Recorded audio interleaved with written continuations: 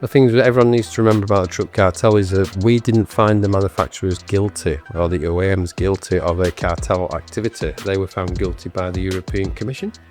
Yeah, that's correct. It's in the case of Renault, Volvo, Iveco, DAF, Daimler, and they all entered into a settlement agreement. So they effectively confirmed their guilt. Due to the size and the scale of the claim and the cost involved, there is not one single member, I would suggest, in the industry, however large they may be, that could bring a claim of this magnitude on its own.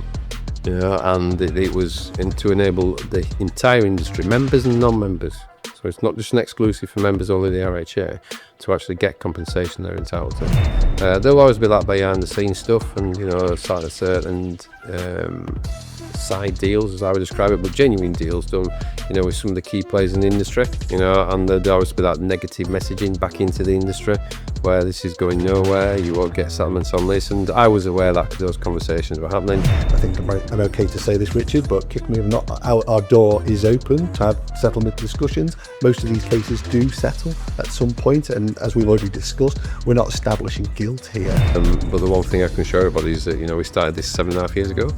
I had a full head of hair. So he did.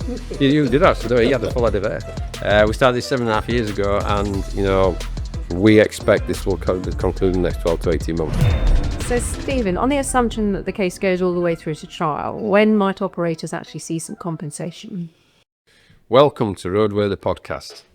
This is the first in a series of podcasts that the RHA is producing to unpack issues that are challenging the industry, to talk about matters that we've had on for a period of time. And today I'm delighted to be joined by Abby and Stephen, and where we're going to talk about the Truck Cartel legal action, which we started many, many years ago, put it into a context of why it's taken so long to get to this position, talk about the challenge we currently face, but also why we did it to start with.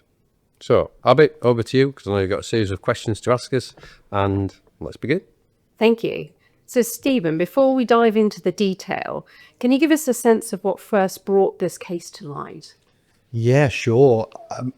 The first time I heard about it was in 2011, when there were the commission raided some of the manufacturers, and there was rumours going around the industry at that point, and then everything went quiet for a few years.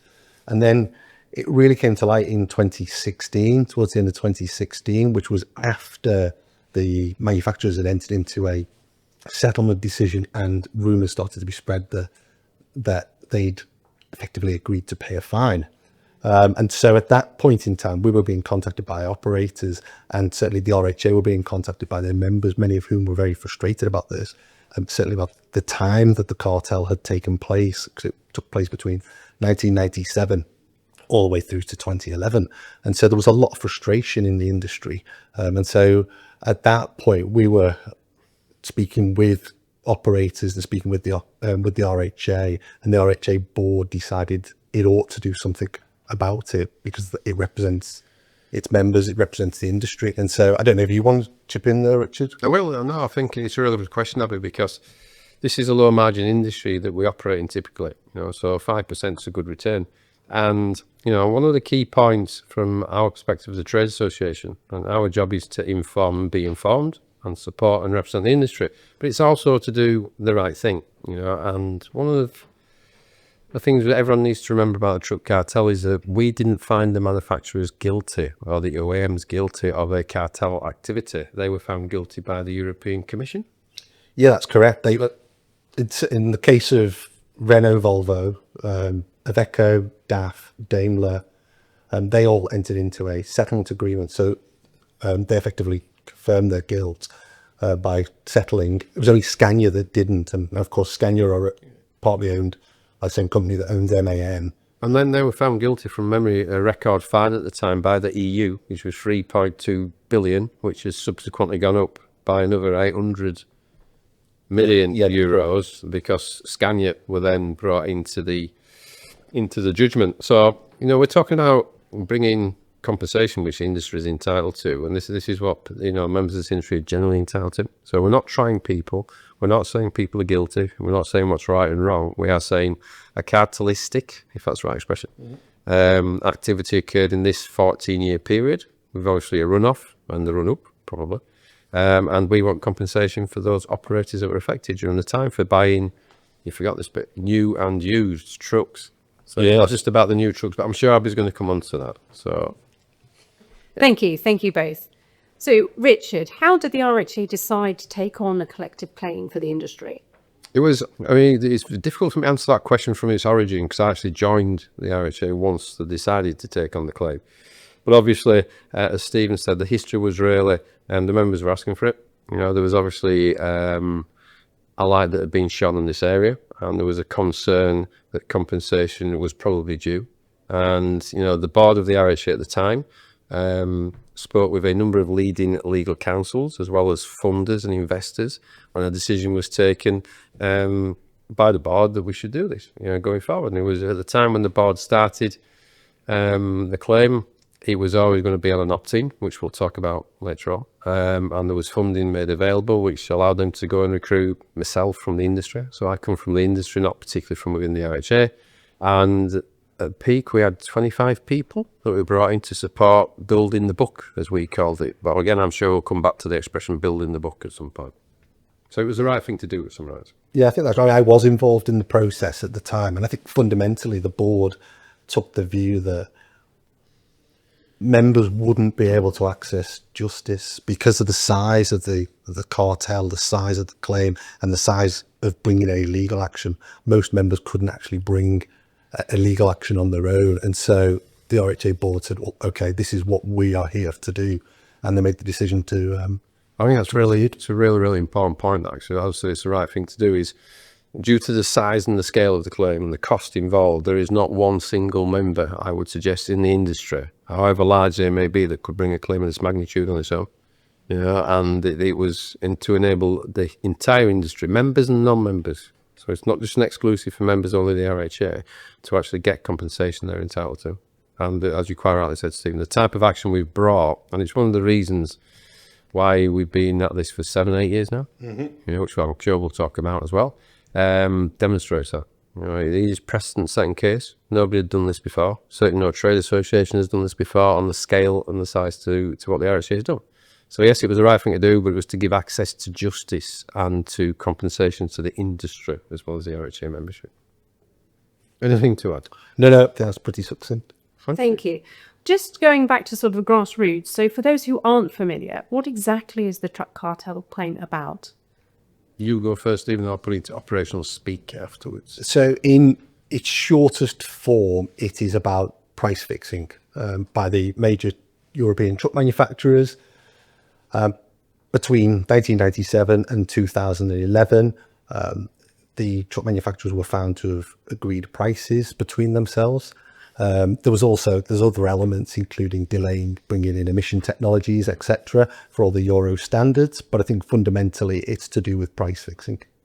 And I think from an operational perspective, I can relate to that because at the time during that period of time, I was running a number of relatively large and small size operations and organisations, and what Stephen described, the technology was released at the same time. And there's always a banding of pricing that it would fall by manufacturer. So without going into too much detail, it's very relatable. And so when you look back now, you can see that pattern.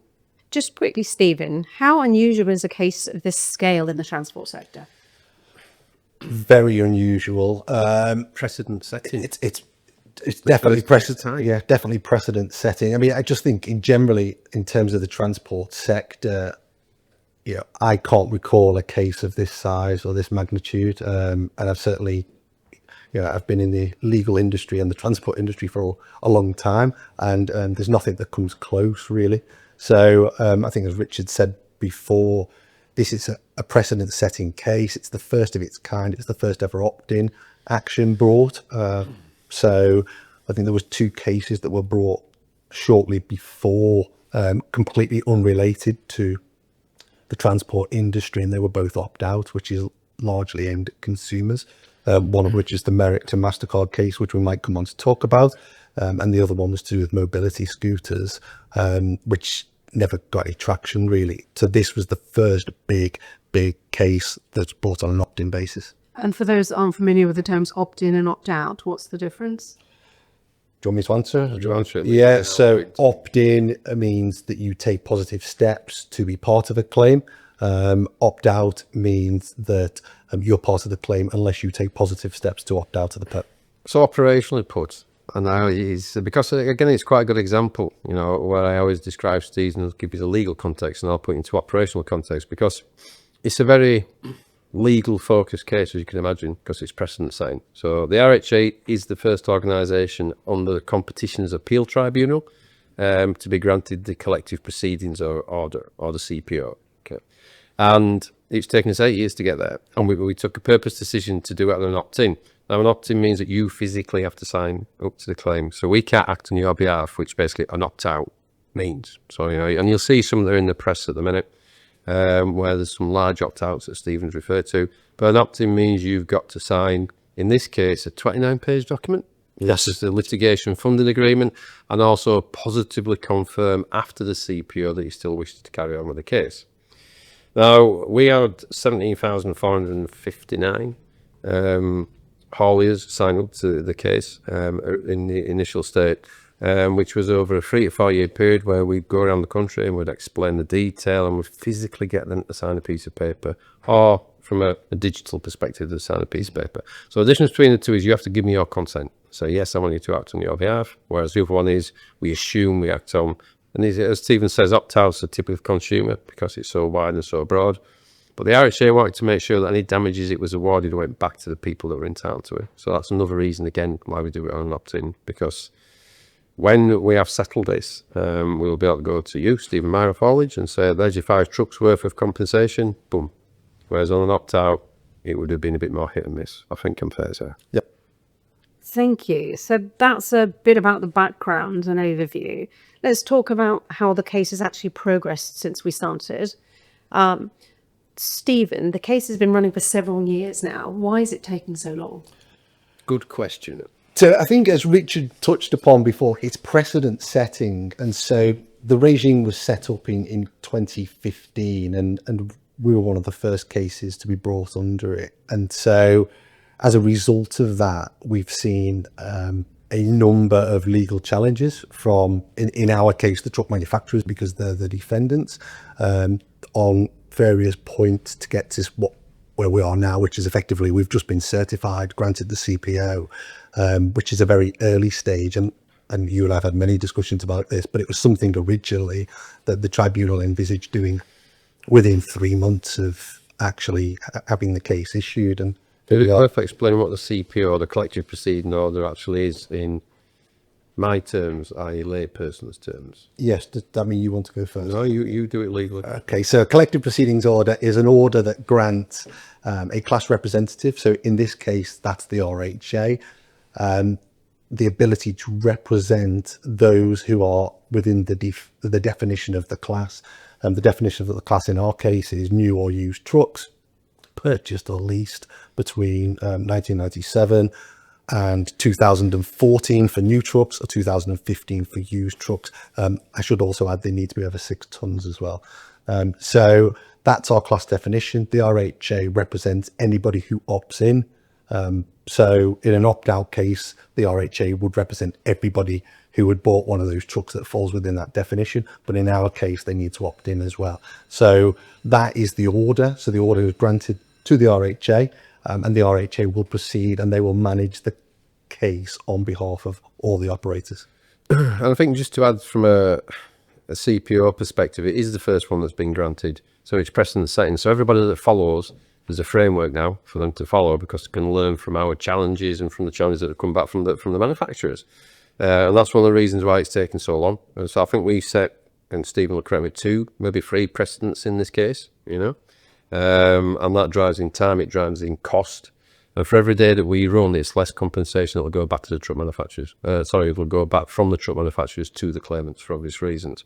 So that's why, in some ways, it's disappointing it's taken so long, but actually it's been unavoidable for the simple reason nobody's done this before.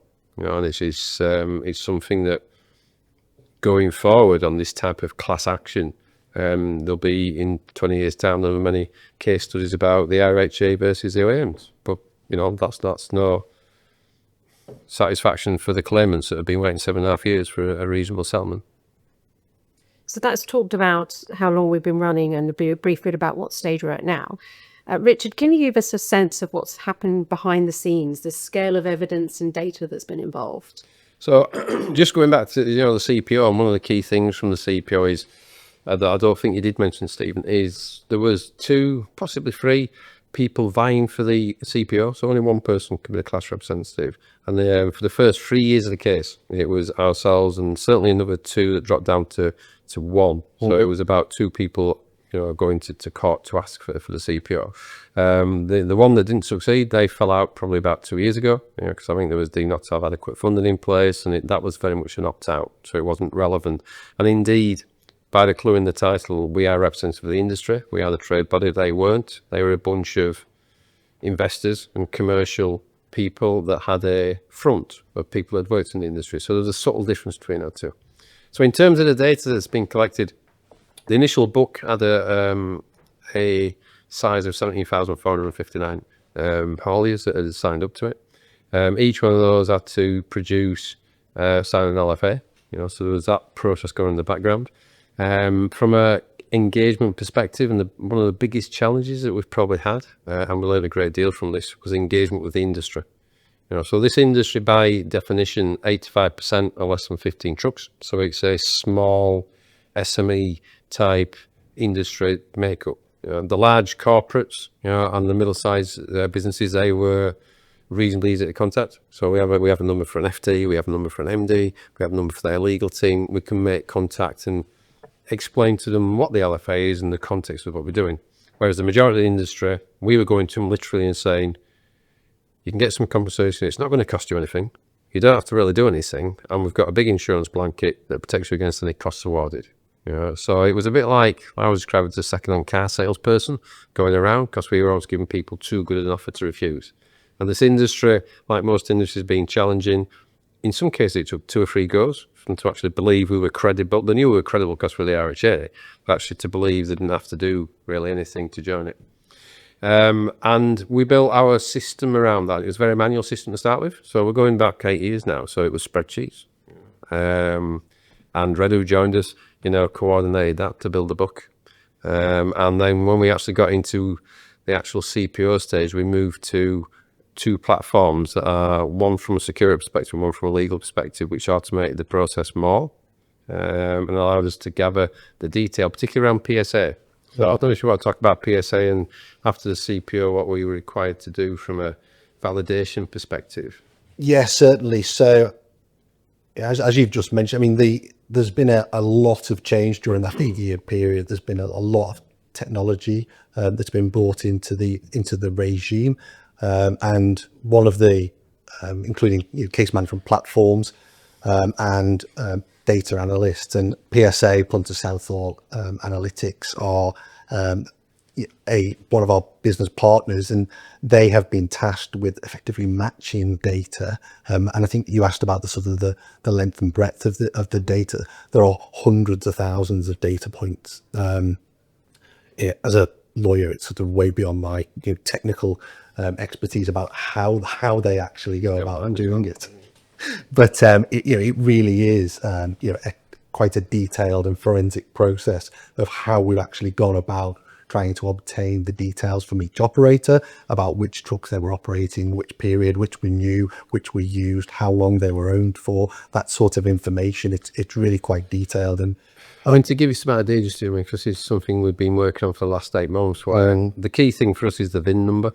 So that's the number that's on the engine or on the body of the truck. It's a unique identification number. You've got them on your cars, and we've been in a position where we've matched the VIN numbers against the claimant's name. So Steven Meyerhoff always bought 15 trucks. We can demonstrate that over the period of time, and we can also trace that truck through the system to show if it's new or used and at which stage it was sold.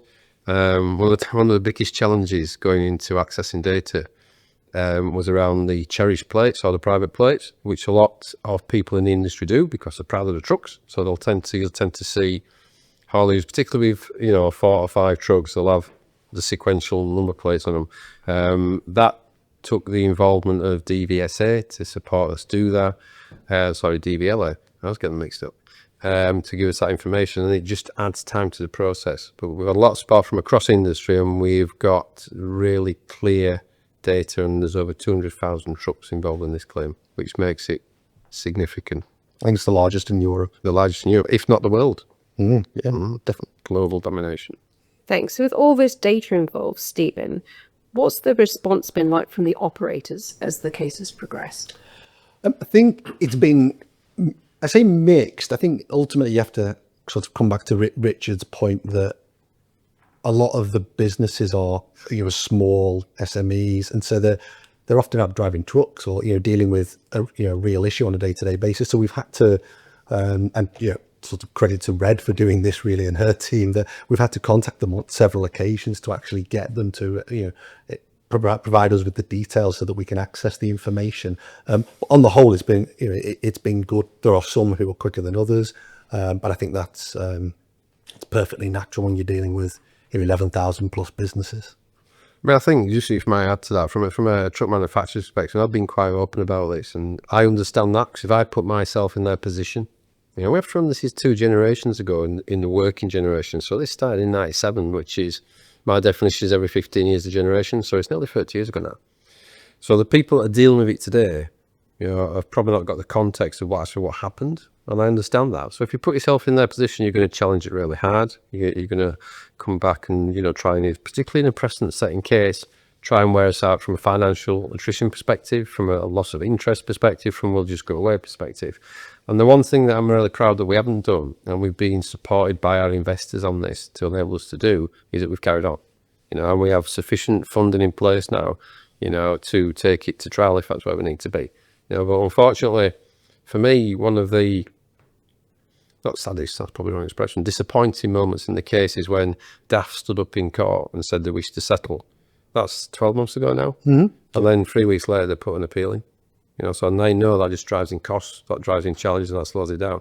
And if they generally want to settle with the industry that they provide a service for, i.e. a truck, I'm disappointed that they actually didn't follow through on that. And it's not just DAF, it's across all of the OEMs that you could process that. So I think there's been a lot of needless challenges, but I understand why there's challenges. But now is the time, there's a very clear message, we are prepared to have a conversation about settlement, or we'll go to court.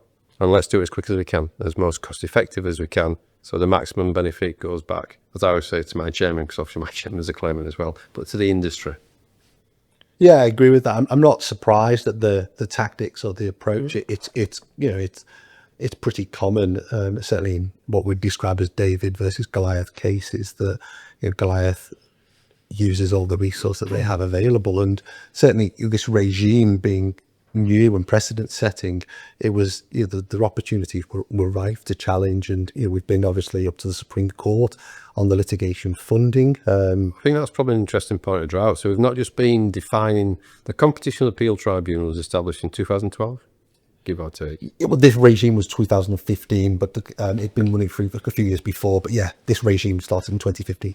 We're granted the first CPO given through that regime, and in legal speak, that's quite a young organisation, or young regime. So we worked through all those precedents. At the same time, the funding of how these cases were actually funded in the UK was brought into question. We ended up in the Supreme Court, and we lost that challenge. So we had to renegotiate the finance and the funding in midstream. So a lot of operators, and rightly so, will say to me, Rich, why is it taking so long? But when you actually explain the context, we're actually working really, really hard on this, and the support from the industry has been great. And that's the reason why it's taking so long, because it's precedent setting, funding brought into challenge, and we're actually defined a lot of things as we go along. Yeah, and of course we also defined the issue on conflicts as well, didn't we, with the new and the used trucks. So in a nutshell, there was a challenge. We succeeded at the Competition Appeal Tribunal, but the Court of Appeal decided that there was a conflict within our group between people who bought new trucks and people who bought used trucks. And so what they asked us to do was to effectively restructure so that we could have separate legal teams, separate economists and separate funders representing each side of the purchase. And so we were able to do that as well. But again, it drives in cost, drives in time, drives in delay. And the disappointing thing was, when you look back at the period of time, in the middle of it all, we had the COVID. So it's when we went from the book build of 17,459 that I described, once we got a grant of the CPO in August 25. Yep. Okay. We had to basically go around that 17,459 and again ask them to tick the box and complete something called Notice 81, which was a final confirmation that they wanted us to act on their behalf, and they gave us the legal power to do so. The final number that signed up to the cartel was, for the purpose of this conversation, circa 11,000. So we lost a third. We lost a third of the book. And we lost a third of the book because during that period of time, businesses went out of business, because we're currently seeing one of the highest levels of insolvency in this area, and we are in haulage, and we have done for the last 3 years. People unfortunately passed and or indeed left the industry for different reasons. That's very disappointing to us as a trade trader, because, going back to my point about if people generally want to settle from their own perspective, they could settle sooner. It avoided so much cost, and people are still being eligible to do it. So the reason why the book shrunk by so much, was because of what happened over that period of time. And unfortunately, we actually lost our KC, who passed away during that period of time as well. So we had to, bring in into the legal team an additional skill set, and we've been very fortunate to find it. So it's going to be nearly a decade before this actually concludes, potentially. Over such a long, drawn-out process, how has the RHA managed to carry on with the momentum engagement, Richard? It's a good question, that, and I think why is because of the members and the people that have signed up, and it's been from an industry perspective. I mean, the one thing we've never done with this, and we never will, is the RHA, because it's about the members and the people that signed up to it. From an industry perspective, we've not really gone out there and said, look what we're doing. This is what the RHA does. This is what all trade associations should do. It's our belief and our industry represent. From an engagement across the board with the legal decision makers, that we've been very lucky as well. Well, not lucky actually. We chose a very good legal team. So we've got Backhouse Jones, who's our legal partner. We've got Angela Goddard, our representatives, and we've got the KC that comes from which chambers? Moncton. Who? Moncton. Yes. So we've never sought publicity on it. We've had quite a lot of interest from the legal press.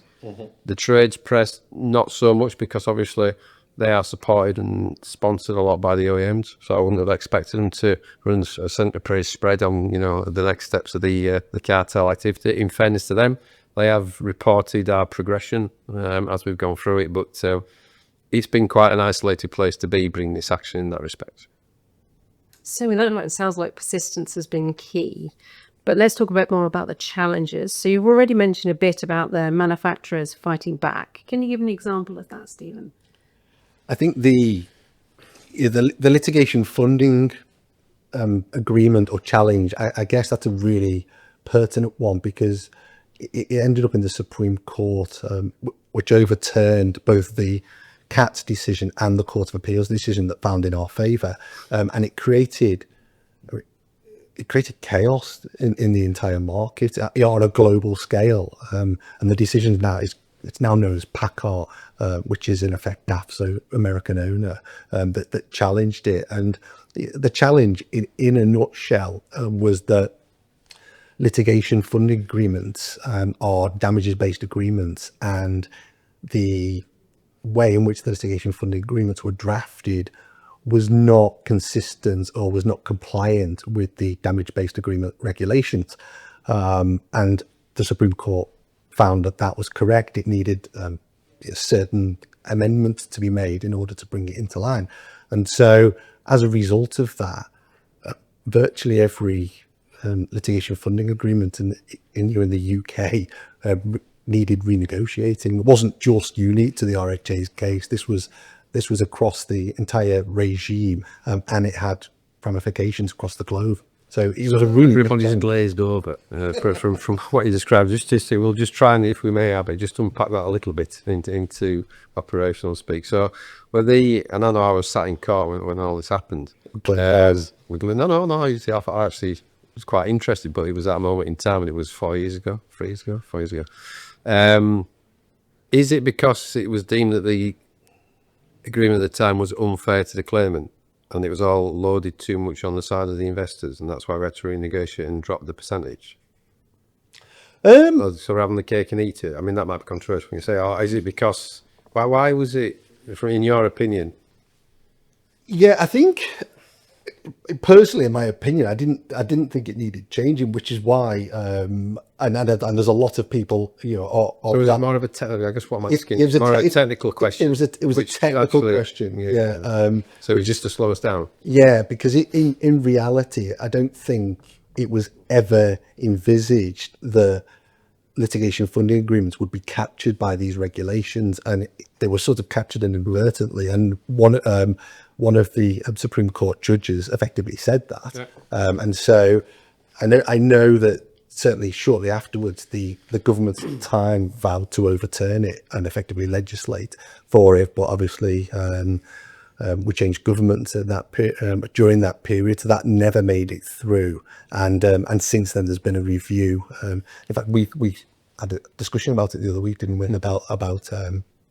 About me and the Steven, we had a discussion with government department. Sorry, yes, yeah, we spoke with the government department about it, and there's currently a consultation on that very piece. So it's had a real impact, but from our perspective, it didn't really make a difference other than to driving cost and delay, because we were able to change our agreement. And from an RHA perspective, I can give you two examples of our relationship. So obviously, there's no truck manufacturer that's a member of the RHA anymore. They used to be, and I understand that. And the door is very much open from a come back and be. This is a very specific example, but it was actually referenced by one of the manufacturers to me. So we have a weekly celebration of the truck called National Lorry Week.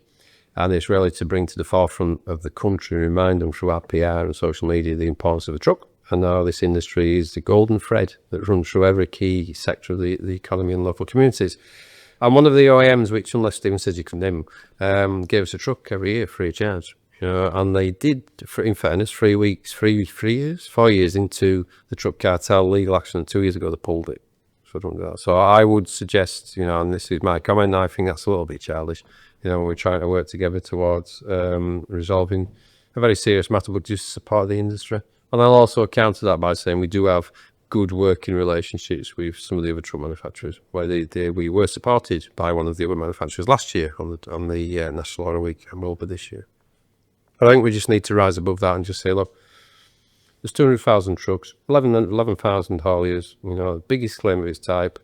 One of the truck manufacturers says they want to sell. Let's just start to see that come to fruition now and get as much money back to the people that claim of compensation that are entitled to, and it just doesn't become, a legal cost, which is, ultimately where it could be driven to by the truck manufacturers.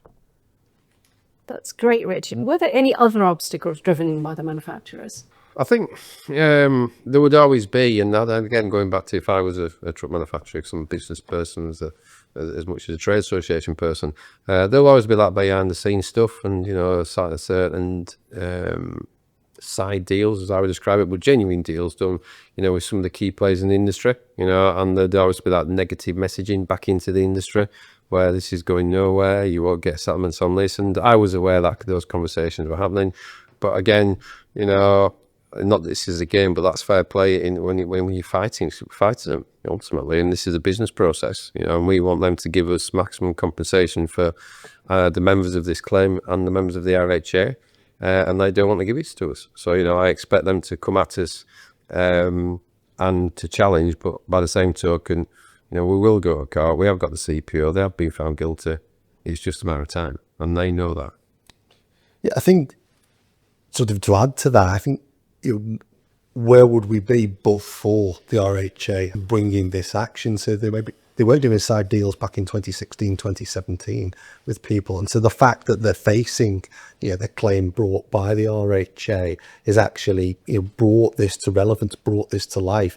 And if people are doing side deals, then again, that's a benefit of the RHA action. Whilst it's not directly part. It's only happening because the RHA brought this action. And across, there's this issue. There's also in other countries this type of action is occurring as well. I think it's on the following from what we did. So again, whilst I'm not more for setting precedents in some ways, if we hadn't moved into this space on behalf of the industry, as Steve quite rightly said, a lot of people who were not involved in our claim would not have probably benefited as they have done. So again, we can take some comfort from that as a trade association, but my chairman is not getting my money because of that for compensation. Stephen, from a legal perspective, what's the impact of splitting new and used had on the claim? It's driven in cost and time, most definitely. I think It has cost. yes, yeah, yeah. We think so, obviously, but because ultimately it's the same point. They're all members of the same group, and I think from I think I'm sorry to interrupt. I think I know what you're going to say. But from my perspective, this is the operational view. It's driven in. It was obviously generated by the OEMs, and this is a good example of where they try to split the claim. And I would have thought they would have done that to try and take one of the claims off the table, i.e. couldn't get funding because they wanted two separate funders, and there was a lot of hoops that we had to jump through, and rightly so, that were given by the once it was part of the ruling given by the Competition Appeal Tribunal. I actually think it makes it more difficult for them to actually come to the table and want to settle, if they did, because they've got two audiences to deal with now, and there's two sets of data there, and there's two different requests. So inadvertently, it's made it harder for them to settle, because we've now got two challenging people to negotiate with. And actually, if we go to trial, if we don't settle, I think it'll be very challenging for them in the trial situation as well. But ultimately, as Steven said, it slowed us down. It's driven in cost. It didn't need to be there, and I don't think, from my non-legal perspective, that the OEMs have benefited from it. And if it was me, I'd be saying that was a bad bit of advice. Yeah, I think it makes them, ultimately, if it goes to trial, they're going to have to pin the colours to the mast as to whether there was pass on or no pass on. And that, it's a short-term issue if they could knock some claims out, but they haven't succeeded in that. And so they've just pushed D-Day down the line. Really. You might want to explain what pass on is. So, pass on is, it's a legal principle about whether or not the overcharge, so the damages, have been passed on when you've sold your vehicle. So if you buy a new vehicle and let's just say it's determined there's been a 5% overcharge, when you come to sell that vehicle, dispose of that vehicle, the issue of pass on is to determine whether there is anything of the overcharge that was passed on to the new purchaser. So in layperson's terms, as in mine, so if Steven Meyerhoff Hauliers buys a truck for 50 grand, Yep. Okay, and I buy it off you 2 years later for 30 grand, Yep. Where does the compensation sit? Do you get it, or does the person that bought the used truck get it? Or is it a mixture of both? That's the point. And that, I assume, has made the kind of typical tactics of organisations such as this when they go into these sorts of claims to drive in complexity. How do you think that complexity between you and us has impacted this case? It's obviously made it more actually challenging. Challenge is probably the wrong way.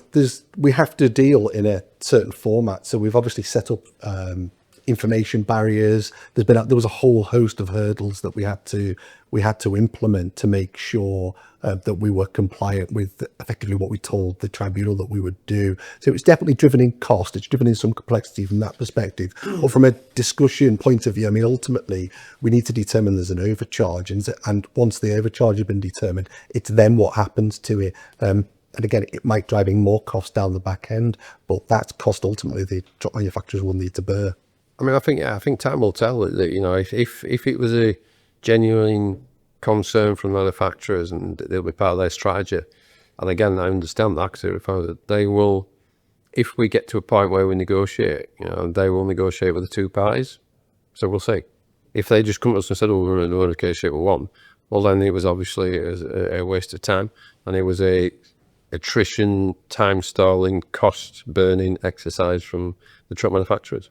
But time will tell, so we'll find out. Mm-hmm. So with all these delays in mind, Richard, how has the RHA and its partners kept the truck claim on track? I mean, in some ways, we've been very well supported by our funders, with our investors, obviously, because it's, I think we've had 3 increases in the funding and the investment over the course of the 8 years.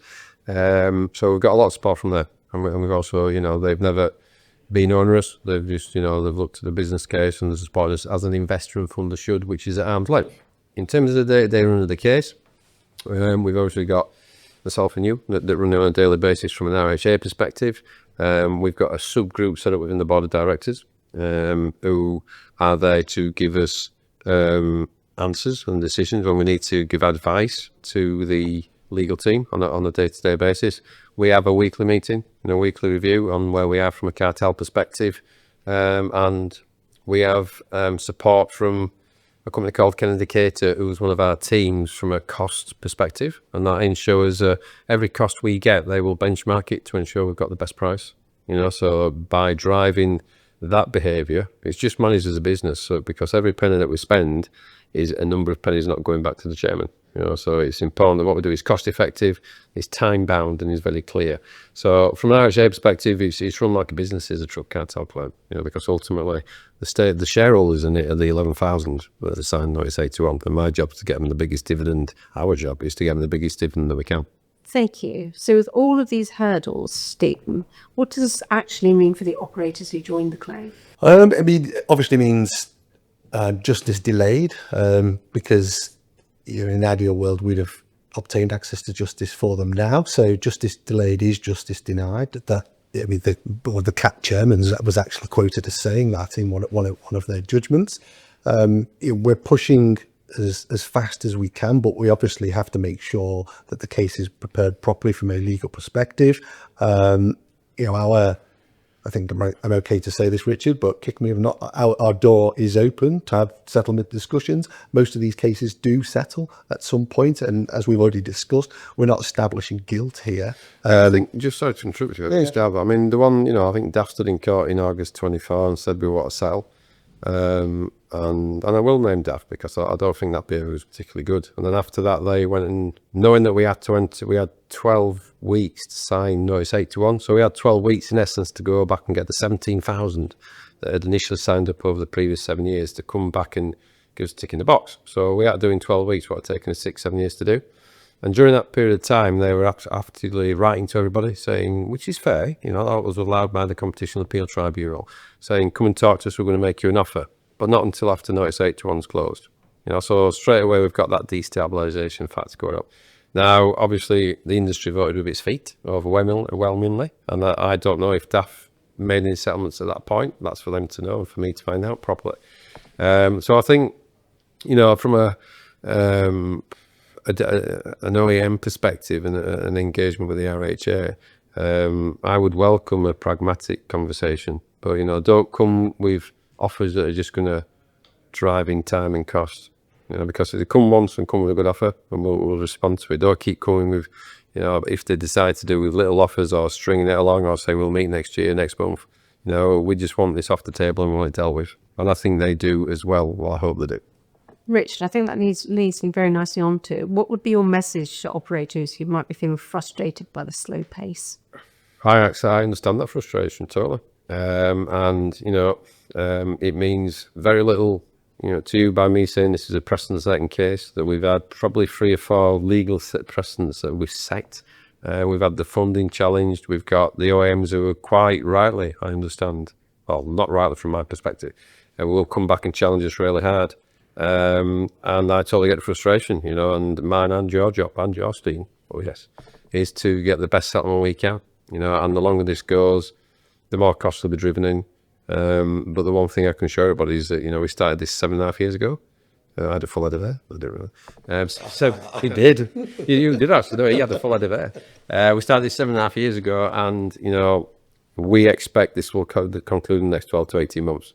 And we're doing everything we can to make sure it does. Yeah, I think if I can just add to that, I suppose the one real advantage, I think all those frustrations are absolutely right, and I understand it. But the one advantage is that each operator who has opted can focus on their own business and running their business on a day-to-day basis, whilst the RHA takes what is in effect it's the pain of running the day-to-day management of litigation. And anyone that's ever been involved in litigation, you don't really want emails and calls off your lawyers asking for information, because all it ever does is A, cost you money, and B, cost you time, and the RHA is taking that. But that goes back to your point, I think, that that there's nobody in this claim would be where we are now if it hadn't been for the collective action of the RHA. And that's, it's all right for us saying that, if we've got the funding metric, etc., which is a significant part, and the legal skill that we've got within our team. But also it goes down to the people that signed up to it, because if they hadn't signed up, we wouldn't have an action. Yeah. Also, this is very much everybody's involved in this together. All 11,000 operators or hauliers have joined the claim as much as, to Mark and yourself and Sam and the guys that lead the legal side of things. Well, that brings me nicely on to so Stephen, for those that didn't join the claim, can they still benefit? No, Yeah, the short answer is not financially for this particular claim. The opt-in period closed, and we did issue a protected claim, but again, that has come to an end. It was always bound to come to an end once the opt-in period had closed, and so the answer in short is no. I mean, just for clarity, the protected claim was for the 6,000 out of 17,000 that didn't sign notice 821, so it's people who, we almost got a little extension for people who had initially expressed an interest to join the claim, but actually when it came to physically signing up, they didn't do for some reason. Yeah, but again, it's another good example of how the OEMs drove in cost, because when the case was delayed during the MasterCard appeal in 2019, I think, we asked for an undertaking that the OEMs wouldn't take an issue on limitation, and they wouldn't give the undertaking until we had to issue a protective claim in the High Court for all those businesses that opted in, that had signed up at that point in time. And so it kind of led to drove in a load of cost early doors, and we ended up with 2 claims and the complexities that went with that. But in short, that's all done now. And so if you're not part of the group, the class, you can't benefit financially. You may benefit by the fact that perhaps they'll be less inclined to operate another cartel in the future. So maybe there's some benefit in that. But no, I agree with that. I mean, unfortunately, I can sleep easy at night knowing that everybody in this country knows that the RHA is doing the truck cartel, and I've done for the last 7-8 years in the industry. So for whatever reason, if you haven't joined, you haven't joined.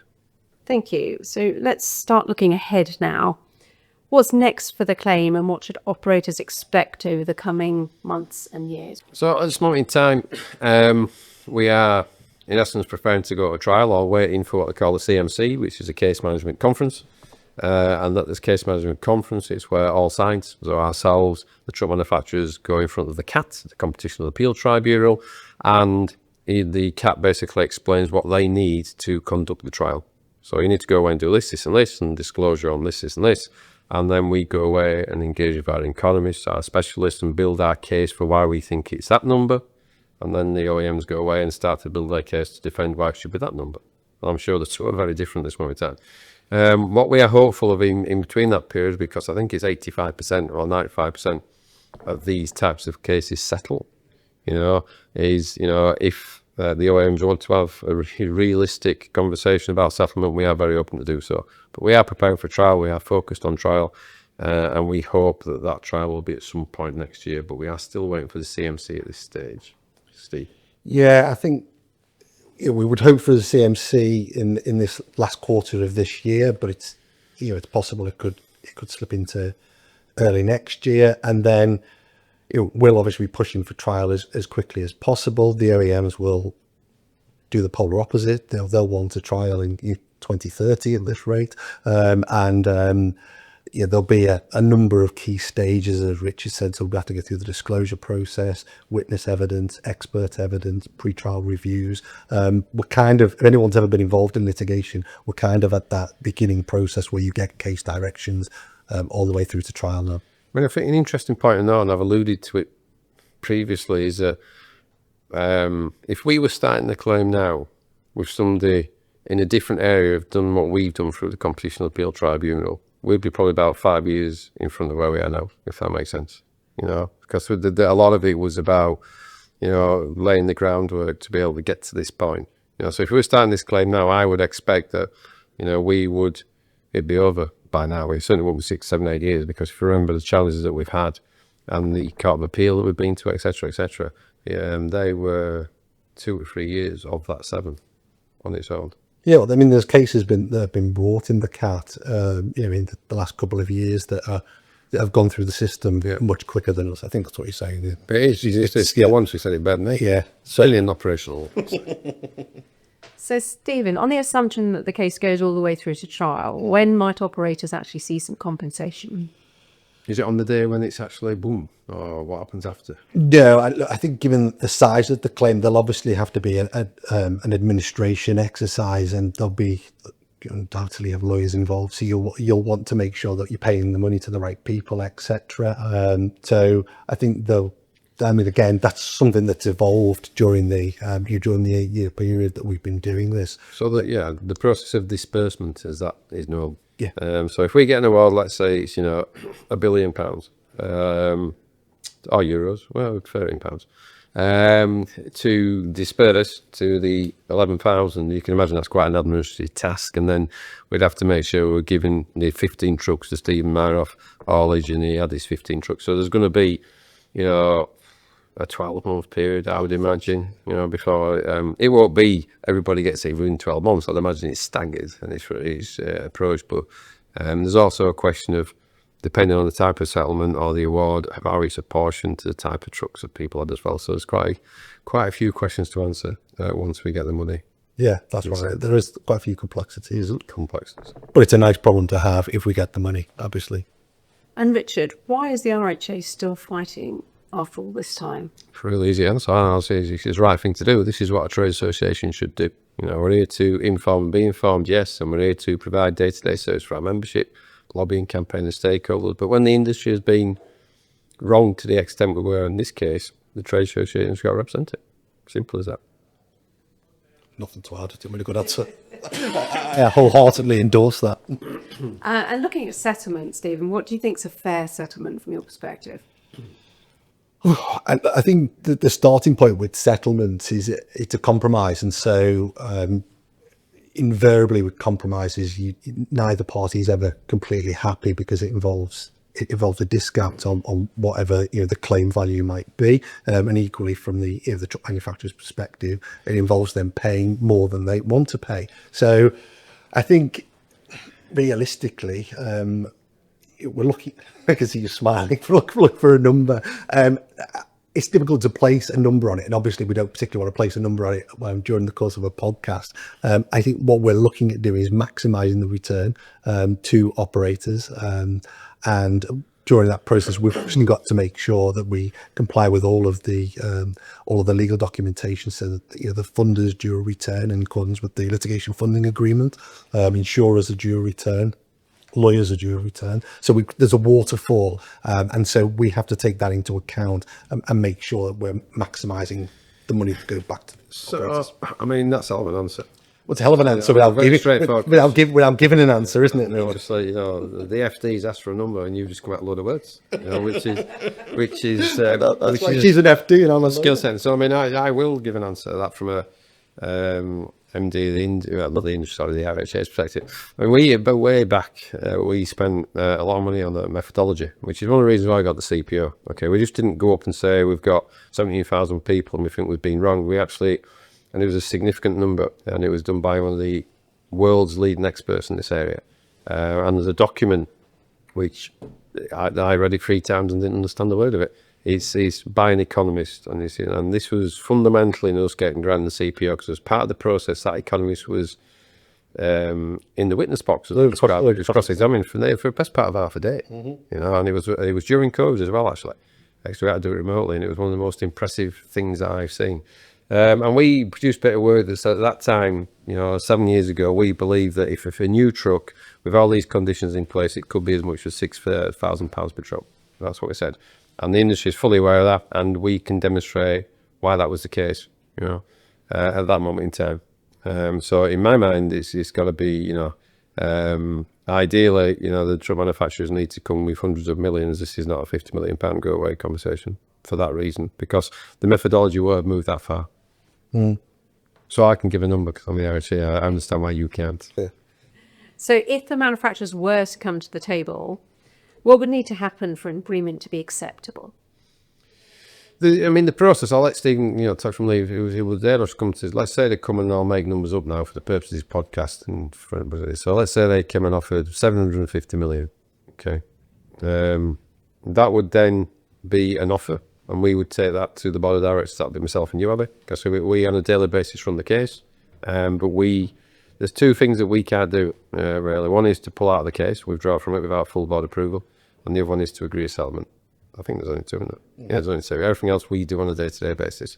So we would then go to the board, and we would explain what the settlement was, along with the legal team, and we would advise from the legal team and from our barrister all the way down on if that should be accepted or not. Then the board of directors of the RHA would make a decision, because ultimately they are the claimant in this case, and then we'd go back and say yeah or nay.